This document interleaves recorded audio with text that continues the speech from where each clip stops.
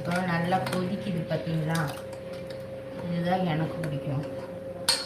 ஏன்னா கொதிக்கும் போது அப்படியே தின்னாயிரும்.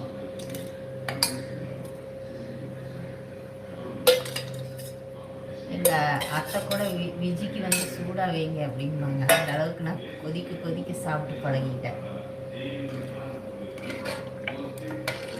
எங்கள் அம்மா செஞ்சாங்கன்னா ஃபஸ்ட்டு ஆள் நான் தான் சாப்பிட்றது.